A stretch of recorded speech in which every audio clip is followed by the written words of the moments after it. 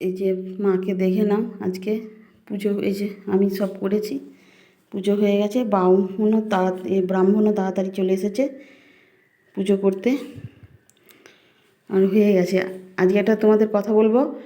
আমাদেরই পাড়ার একজন, তার মা এখান থেকে ভালো হয়েছে। তার মায়ের অবস্থা খুবই খারাপ ছিল, এই মায়েরই জল ফুল দিয়ে ভালো হয়েছে।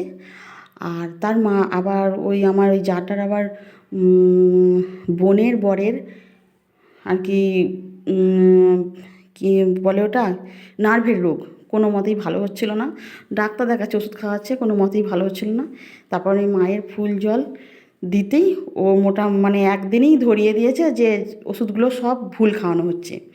তারপরে আবার খাইয়ে এক সপ্তাহের মধ্যে একদম সুস্থ।